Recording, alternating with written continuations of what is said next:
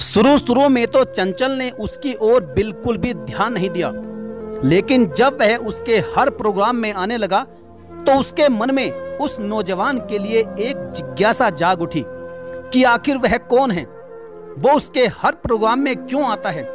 उसे उसके हर अगले प्रोग्राम की तारीख और जगह की जानकारी कैसे हो जाती है। नट जाति से ताल्लुक रखने वाली चंचल एक खूबसूरत और कुशल नाचने वाली थी।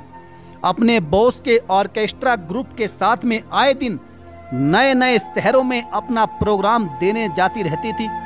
लंबा कद, गोरा रंग और खूबसूरत चेहरे वाली चंचल जब भी स्टेज पर नाचती थी तो लोग अपना दिल थाम लेते थे। उसके बदन की लोच, कातिल अदाएं और होठों पर छाई रहने वाली मुस्कान ने हजारों लोगों को अपना दीवाना बना रखा था।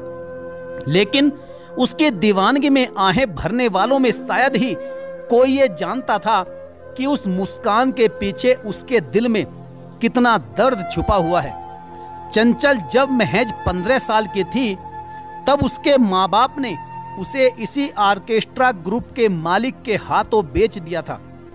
तब उसका नाच में माहिर होना ही उसके लिए श्राप बन गया था। वैसे भी उन दलित परिवारों में बेटियों का बिकना एक आम बात थी। बहुत सी तो खुद ही भाग जाती थी। चंचल से कहा गया था कि ग्रुप का मालिक उसके नृत्य से प्रभावित होकर उसे अपने ग्रुप में शामिल कर रहा है और इसके लिए उसने उसके माँ बाप को एक भारी मोटी रकम दी है। तब उसे उसकी यह शर्त थोड़ी अटपटी जरूर लगी थी कि उसे उसके साथ ही रहना होगा। जब चंचल ने इस बात पर ऐतराज जताया तो ग्रुप के मालिक महेश ने उसे यह कहकर भरोसा दिलाया था कि वह जब चाहे अपने माँ बाप से मिलने के लिए जा सकती है। चंचल को ऑर्केस्ट्रा ग्रुप में शामिल हुए साल भर बीतने को आया था। इस बीच में कई जगह अपने प्रोग्राम दे चुकी थी। उसे इज्जत के साथ पैसे भी मिलते थे। इसके बाद तो चंचल को बार बार बेचा गया, कभी उसकी भावनाओं का सौदा तो कभी उसके जिस्म का। खैर, बीतते दिनों के साथ यह हकीकत उसके सामने आई कि महेश न सिर्फ अपने ग्रुप में शामिल लड़कियों की देह बेचता है बल्कि उनके जिस्म का भी सौदा करता है। अगर कोई लड़की उसकी इस बात की खिलाफत करती है तो उसे बुरी तरह से सताया जाता है। लेकिन चंचल इसकी शिकायत करती भी तो किससे करती, वह भी उस हालात में जब उसके माँ बाप ने ही खुद चंचल को इस जलालत भरी जिंदगी में धकेल दिया था। उसे कुछ दिनों में ग्राहकों से भी शिकायत नहीं रही। चंचल दलदल में फंसी एक बेबस और बेजान जिंदगी जी रही थी कि वह नौजवान उसकी जिंदगी में आया।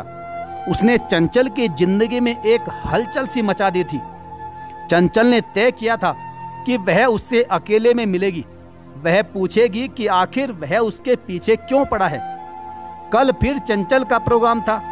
उसे इस बात का पक्का यकीन था कि वो नौजवान कल भी आएगा। देखा जाए तो चंचल अक्सर लोगों से मिलती रहती थी। इनमें कुछ अच्छे लोग भी होते थे और बुरे लोग भी, लेकिन सच कहा जाए तो बुरे लोगों की तादाद कुछ ज्यादा होती थी। वे लोग उसके रंग, रूप और जवानी के दीवाने होते थे।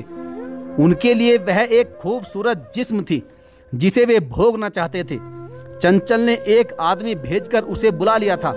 वह उसके सामने चुपचाप बैठा था।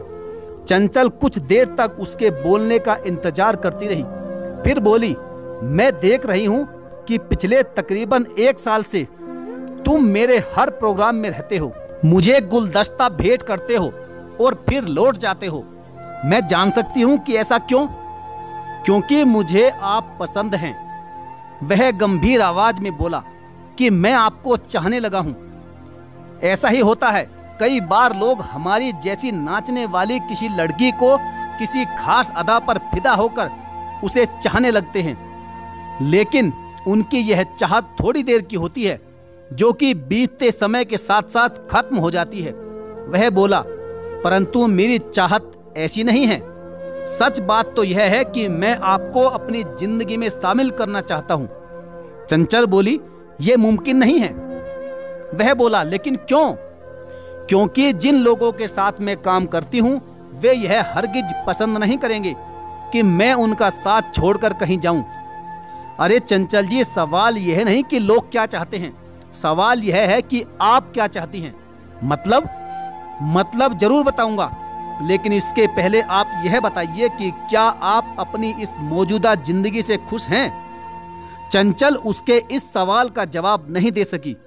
वह कुछ देर तक चुपचाप उसे देखती रही और फिर बोली, अगर मैं कहूं कि नहीं तो मैं कहूंगा कि आप इस जिंदगी को ठोकर मार दीजिए। अच्छा, और फिर मेरी चाहत को कबूल कर मेरी जिंदगी में शामिल हो जाइए। मैं फिर यही कहूंगी कि तुम्हारा यह प्रस्ताव भावुकता में दिया गया प्रस्ताव है, जिसे मैं स्वीकार नहीं कर सकती। वह बोला, ऐसा नहीं है, मैं समीर इसे आपके सामने साबित करके रहूंगा।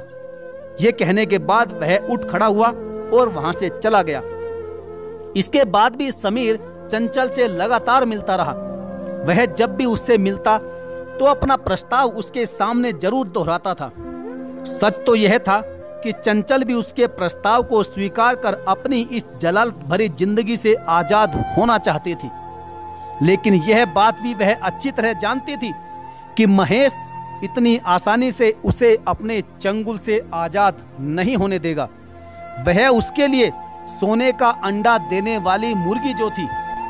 लेकिन समीर की चाहत और लगाव को देखकर चंचल ने फैसला कर लिया कि वह समीर का प्रस्ताव जरूर स्वीकार करेगी। जब चंचल ने अपने इस फैसले की जानकारी समीर को दी तो खुशी के मारे उसकी आंखें चमक उठी। चंचल पल भर तक खुशी से चमकते उसके चेहरे को देखती रही, फिर गंभीर आवाज में बोली, लेकिन समीर, महेश इतनी आसानी से मुझे छोड़ने वाला नहीं है। समीर बोला, मैं उसे मुंह मांगी कीमत दूंगा और तुम्हें उससे खरीद लूंगा। तो ठीक है, बात करके देखो, शायद वह तुम्हारी बात मान जाए। समीर ने चंचल को साथ लेकर महेश से बात की और उसे बताया कि वह हर कीमत पर चंचल को हासिल करना चाहता है। हर कीमत पर? महेश कीमत शब्द पर जोर देता हुआ बोला। समीर बोला, हाँ, तुम कीमत बताओ। महेश ने उसकी आंखों में झांकते हुए कहा, 10 लाख रुपए।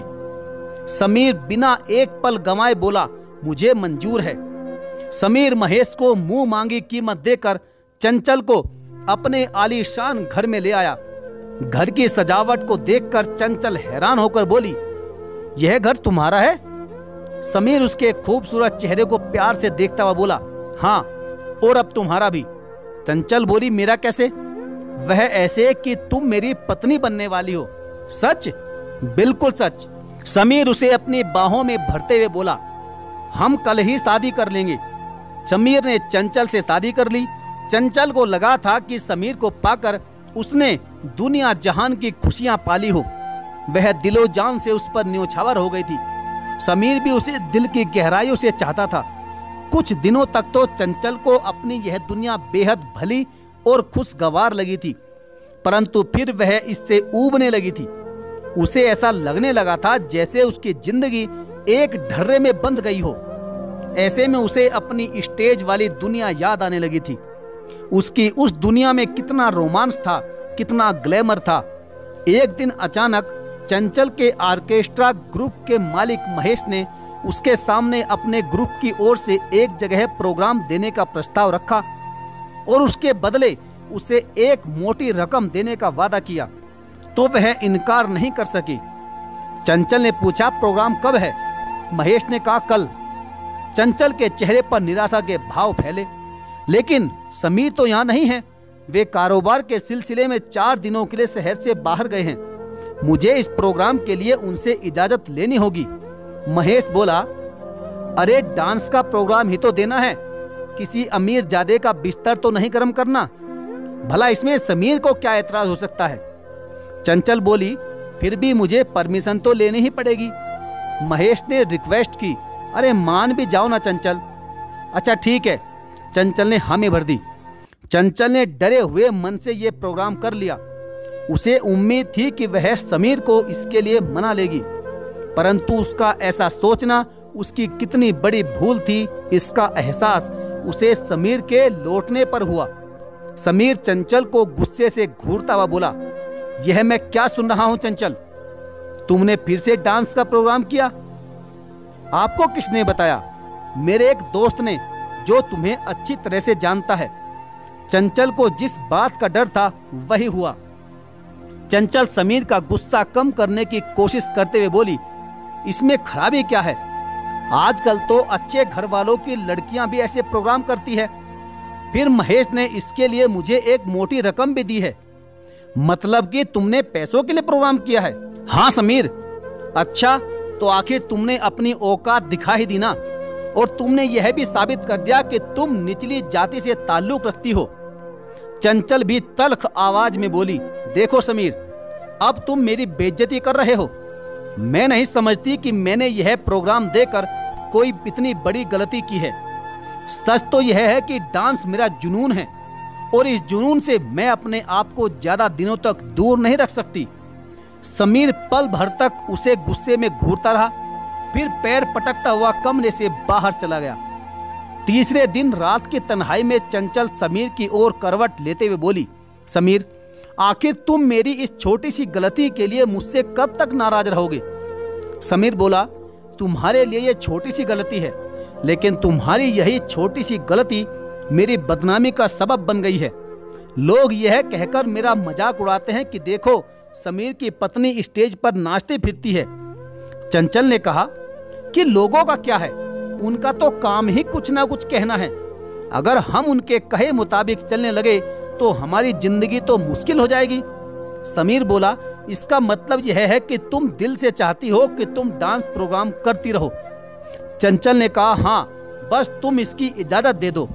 समीर कुछ देर तक चुपचाप चंचल के खूबसूरत चेहरे और भरे भरे बदन को देखता रहा।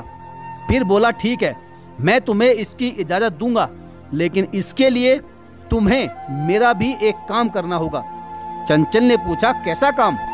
समीर बोला, तुम कभी कभी मेरे कारोबार से संबंधित अमीर लोगों से मिल लिया करना, बस।